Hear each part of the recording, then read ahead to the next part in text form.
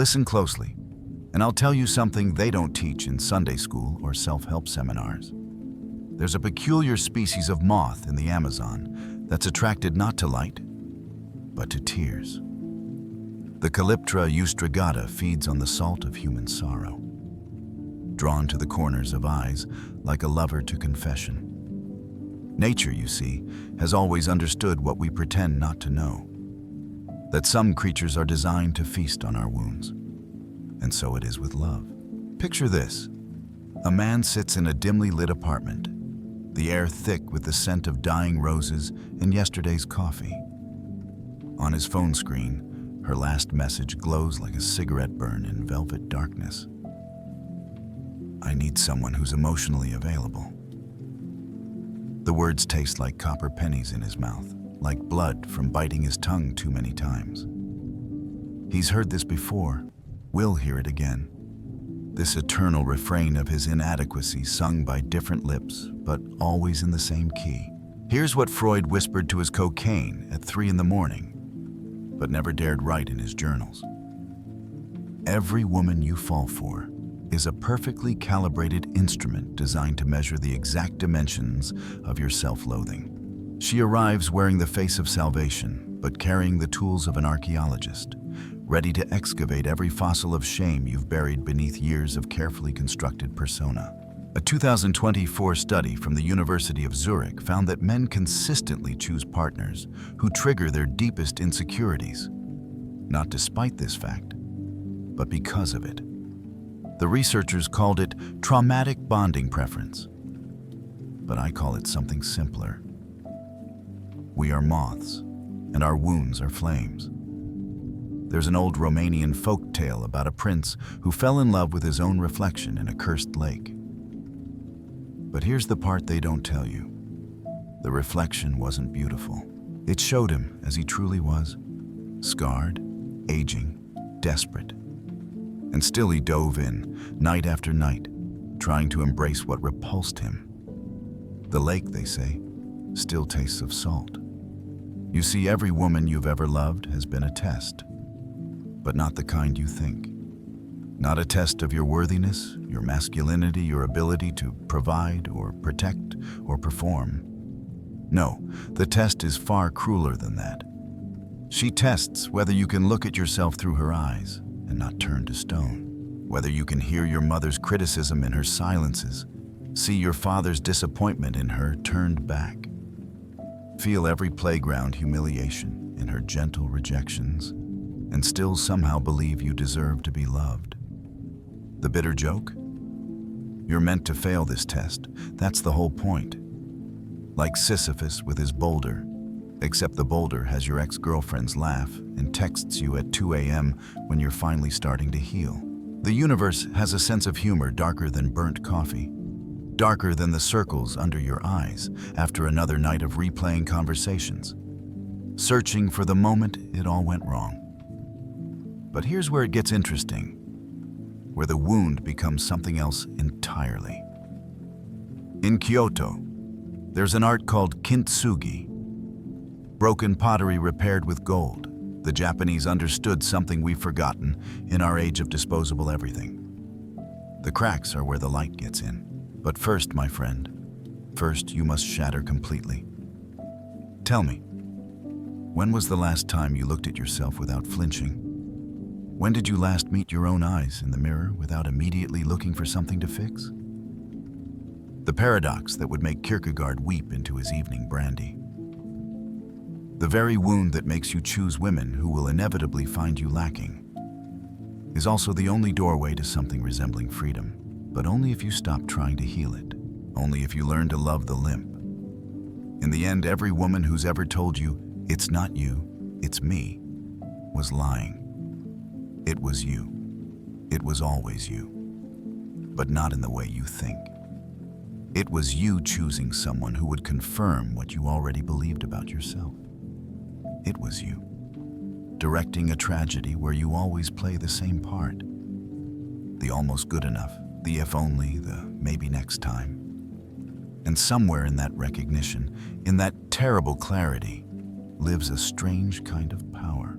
The power of the man who stops auditioning for love and starts examining why he keeps showing up to the same rigged game. But that's a secret for another night. Another confession, another drink in the dark.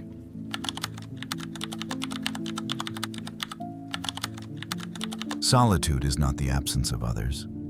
It's the presence of yourself. And most men can't stand the company. There's a monastery in Tibet where monks take a vow of silence that lasts exactly 1,000 days. Not a word, not a whisper, not even a hum. But here's what the travel blogs won't tell you. Most break on day 17. Not from loneliness, but from the unbearable weight of their own thoughts echoing in the skull like wasps in a jar. I knew a man once, let's call him Marcus, though that wasn't his name, who decided to spend 6 months alone after his third divorce. "I need to find myself," he said, that tired refrain of the wounded. He lasted 11 days before he was swiping through dating apps like a starving man pawing through garbage, desperate for any reflection that wasn't his own. You see, we've built a world that runs on a simple lie, that solitude is emptiness. It is, but solitude isn't empty. It's so full it threatens to split you open like overripe fruit. It's standing in a room where every surface is a mirror, and each mirror shows a different version of who you've pretended to be.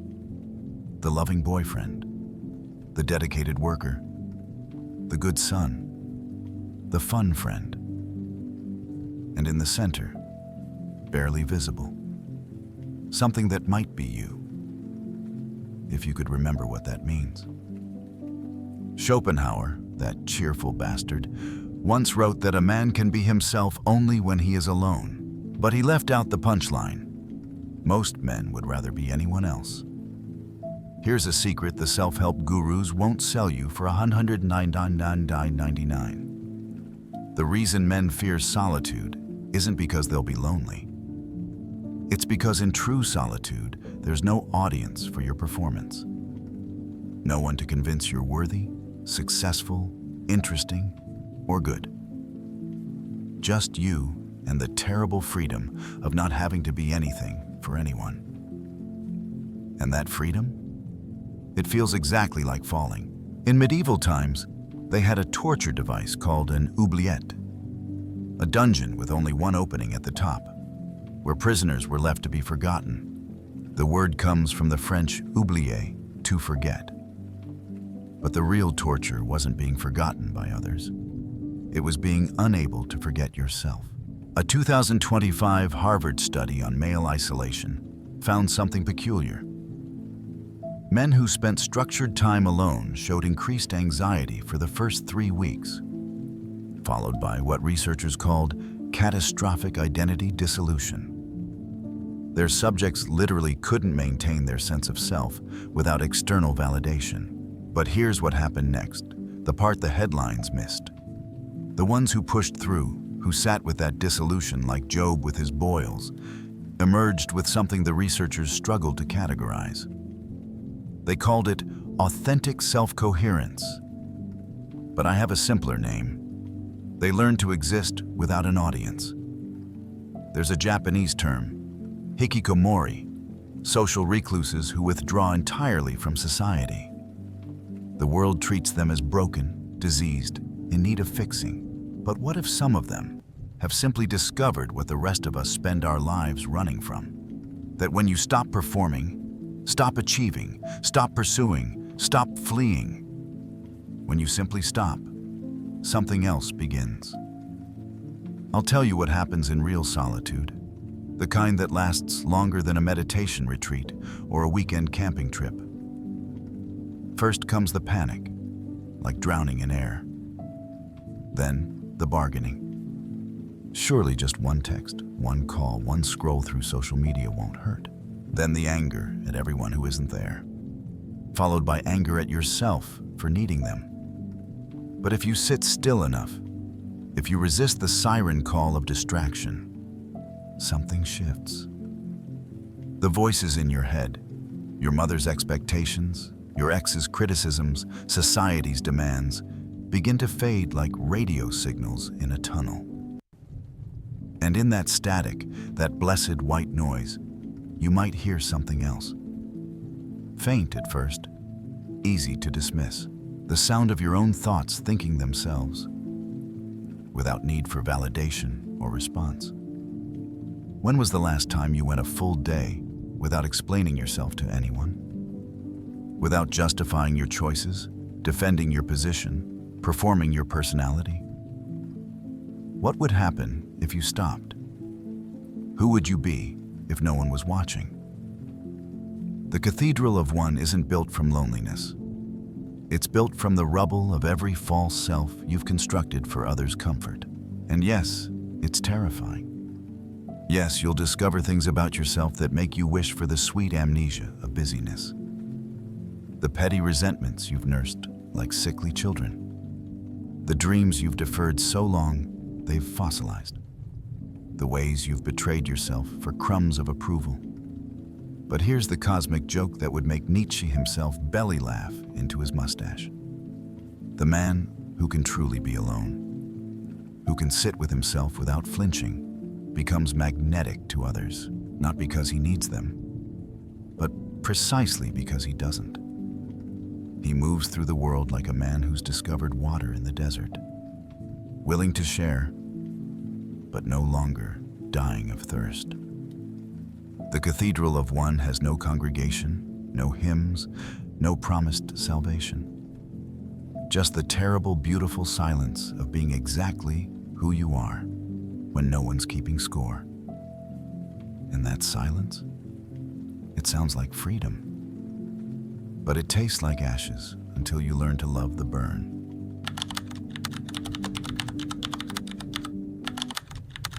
Every embrace you've ever craved was a currency you couldn't afford, traded in a market that closes before you arrive.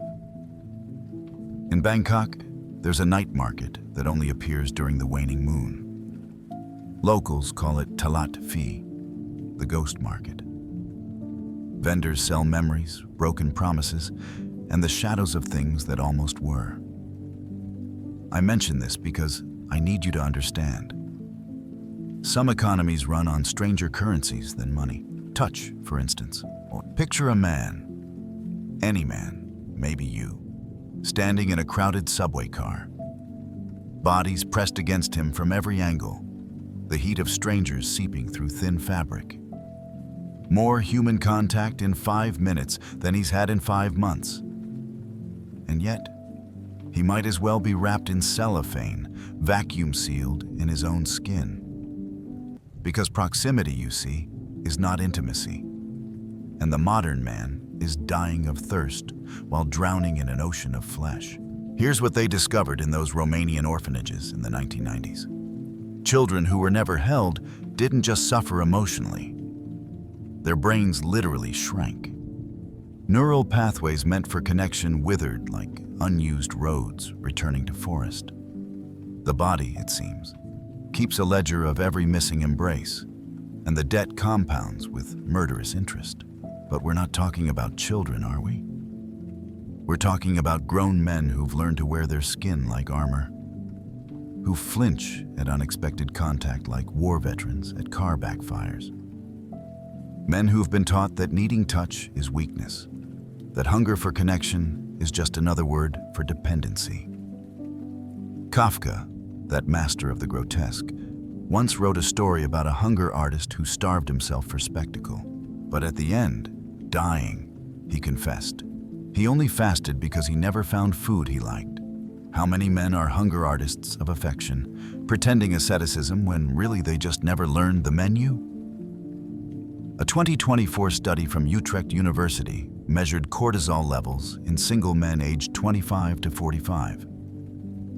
Those who reported going months without meaningful physical contact showed stress hormones equivalent to soldiers in active combat zones. Their bodies were literally at war with an enemy that didn't exist, unless you count the absence of something as an enemy.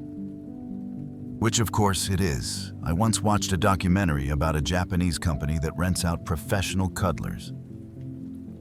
Not sex workers. Just people who hold you for an hour. The clients, mostly middle-aged men, would pay astronomical sums just to lay their heads in someone's lap, to feel fingers run through their hair like their mothers did before the world taught them to be stones. The interviewer asked one client, "Why not just get a massage?" The man laughed, but it sounded like choking. "A massage," he said, "is a service. This is pretending someone wants to touch me." When did you last ask for physical comfort without it being sexual? When did touch become a language you only speak in bed, and badly at that? Here's the devil's bargain of modern masculinity. You're allowed to crave sex, but not affection. Allowed to fuck, but not to hold. Allowed to penetrate, but not to be vulnerable. And so you translate every need for connection into the crude language of desire, like trying to paint a symphony or dance an equation. The ghost market of touch operates on the principle of artificial scarcity. Every pat on the back comes with invisible strings. Every hug requires reciprocal emotional labor. Every caress is a down payment on future obligations. Until men learn to trade their touches like businessmen, sparse, strategic, always with an exit strategy. But bodies don't understand economics. Bodies are communist in their needs. From each according to their ability, to each according to their need. And your need, brother, is vast as a Russian winter and twice as likely to kill you if you pretend it doesn't exist. In certain African tribes, they have a greeting where you hold the other person's face in your hands and look into their eyes while saying their name 3 times. The anthropologists call it recognition practice. But what are we recognizing? That you exist? That you're human? That you deserve to be touched simply because you're alive and here and real? The market closes early these days, always has. By the time most men realize they're starving for touch, they've forgotten how to receive it. They stand at the gates, coins in hand, but the currency's been devalued. The vendors have gone home. The only touch available is the kind you pay for in one way or another, with money, with commitment, with performance. And so you learn to live with hunger. Call it strength. Call it independence. Call it whatever helps you sleep in sheets that smell only of your own skin. But sometimes, in the small hours when defense is thin like morning fog, you remember. Humans are the only species that can die from loneliness. And you wonder if you're dying or just very, very good at being alone. The ghost market will be open again next month. It's always next month. Always after you've learned to stop wanting what they're selling. That's the real currency, you see. Not touch itself, but the ability to pretend you don't need it.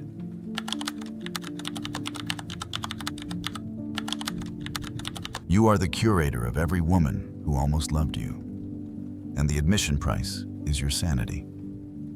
In Prague, there's a museum dedicated entirely to failed relationships. Glass cases full of love letters never sent, ticket stubs from last dates, the detritus of almosts and if-onlys. Visitors walk through in reverent silence, as if touring a morgue, which of course they are. But you don't need to fly to Prague. You carry your own museum in the meat between your ribs, don't you? Gallery after gallery of women who almost stayed, almost understood, almost chose you. And like any devoted curator, you visit after midnight, when the security of sleep abandons its post. Here, in the West Wing, Sarah from college who kissed you during that thunderstorm, but transferred schools the next semester. You've preserved that kiss in formaldehyde, dissected it 10,000 times, looking for clues. Was it the way you held her? The thing you said after? The thing you didn't say? The rain has never stopped in that memory. 20 years later, you're still soaked. Down this corridor, the installation of Michelle, who said you were everything she wanted, but not what she needed. You've spent a decade trying to decode that koan. like a monk with a particularly cruel master. The translation changes nightly. Too safe, too dangerous, too much, not enough. The words rearrange themselves like museum displays that redecorate when you're not looking. Wittgenstein said the limits of our language are the limits of our world. But what happens when women speak in languages you were never taught? When I need space means I've already left. When you're so nice means you inspire nothing in me. When it's complicated means it's not complicated at all. I just don't want you. A 2025 psychological study from Copenhagen revealed that men retain detailed memories of romantic rejections 70% more vividly than romantic successes. The researchers theorized this was evolutionary. Remembering failure keeps you alive. But they missed the darker truth. You don't remember rejections to avoid them. You remember them to perfect them, to curate them, to build a museum so complete it becomes your home. What names echo in your skull at 3 a.m.? Which almost love do you revisit most frequently, polishing the pain until it gleams like exhibition glass? Here's what Sartre understood that modern dating coaches don't. Hell isn't other people. Hell is other people's absence, preserved in perpetuity. It's the special collections room of your museum, where you keep the women who got closest to loving you before they remembered they had somewhere else to be. The Japanese have a word, tsundoku, for buying books you never read, letting them pile up unread. But what do we call collecting almosts? What's the word for hoarding women who looked at you like you might be someone, then looked again and changed their minds? I'll tell you the most insidious part. You're not just the curator. You're also the only visitor. Night after night, you pay the admission price, a piece of your present sacrifice to feed the past. You study these failed loves like a detective at a cold case, certain that if you just look hard enough, think long enough, suffer eloquently enough, you'll find the clue that explains everything. But museums aren't built for closure. They're built for preservation. In medieval alchemy, they believed you could turn lead into gold through the right process. The perfect formula. How many men are alchemists of the heart, trying to transmute rejection into understanding, almost into actually not now, into someday? The formula never works, but you keep adjusting the measurements, certain the fault lies in your methodology, not your materials. There's a room in your museum you pretend doesn't exist. The contemporary wing, where you've already started collecting artifacts from the woman you're seeing now. That pause before she says, "I love you too."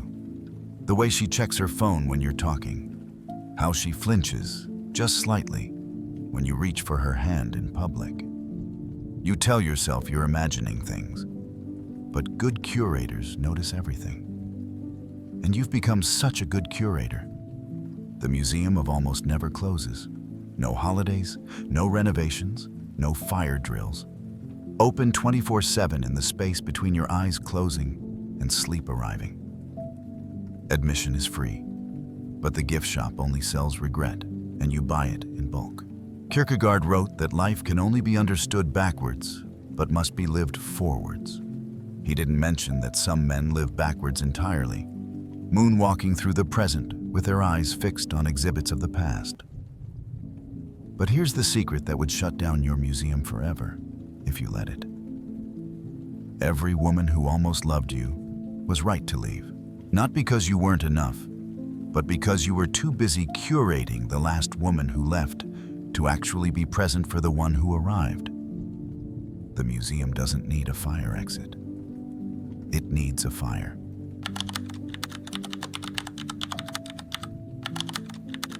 When you finally stop chasing, you discover you were never running toward them. You were running from the magnificent wreckage of who you really are. There's a flower that blooms only in Chernobyl. The radiation that killed everything else created the perfect conditions for this particular species to thrive. Scientists call it radiotropism. growth toward toxicity. I mention this because I need you to understand something about endings, about what grows in the ruins after everything else dies. So you've stopped, finally. After years of pursuit, decades of the hunt, you've laid down your weapons.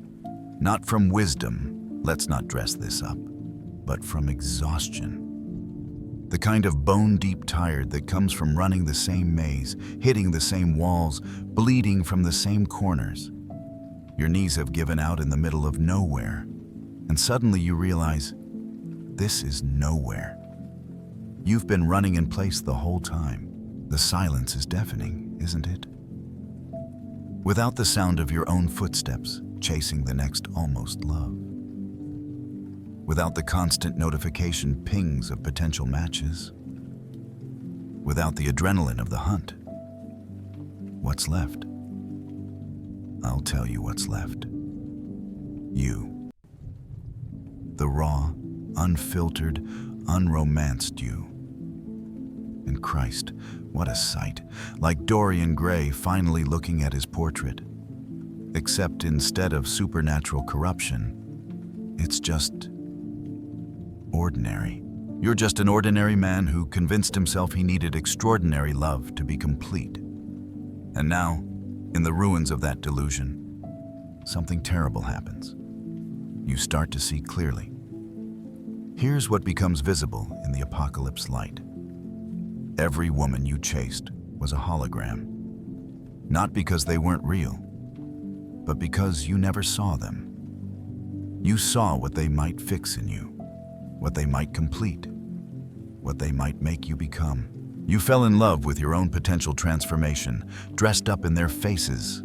A 2024 study from the Karolinska Institute found that men who ceased dating for extended periods experienced what researchers called identity vertigo, the psychological equivalent of astronauts returning to Earth's gravity. Without the constant external validation of romantic pursuit, they literally didn't know who they were. But here's what the study didn't capture. The ones who didn't immediately return to the apps, who sat with that vertigo like monks with koans, discovered something the researchers weren't measuring.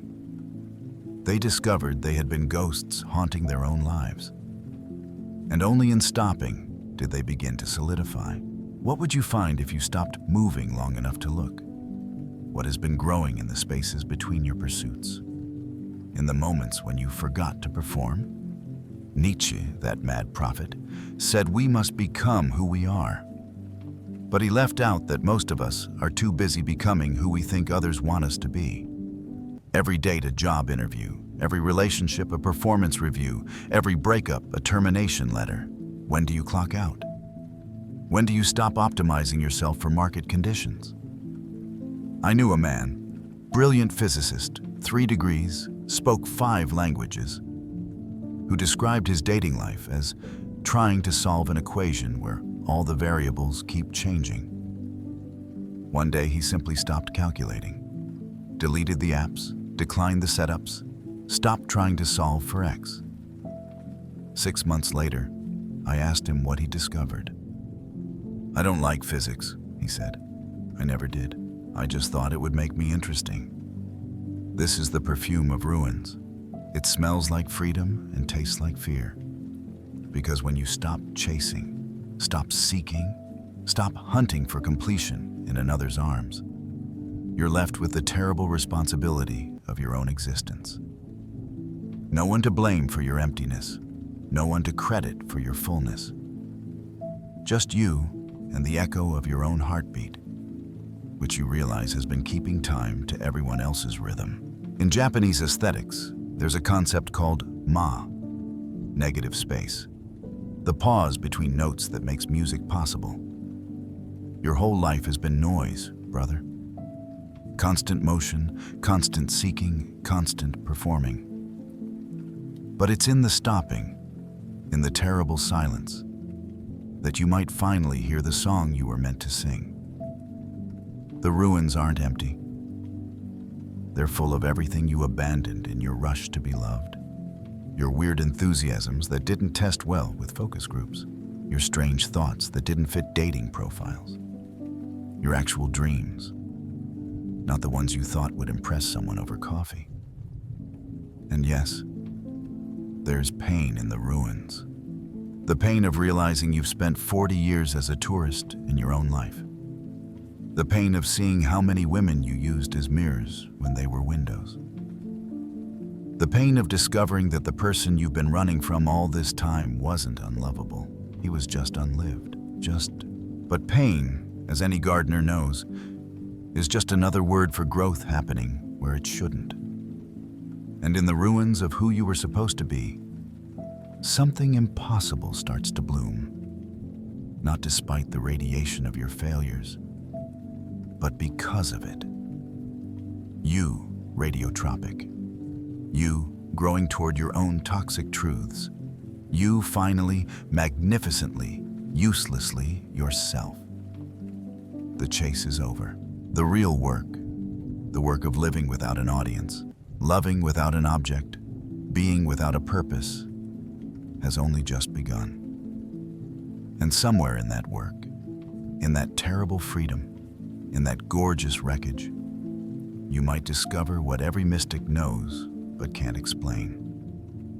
The person you stop trying to be is the only person worth being. But that's not a truth you can chase. It's only visible in stillness, only available to those who've given up on being saved.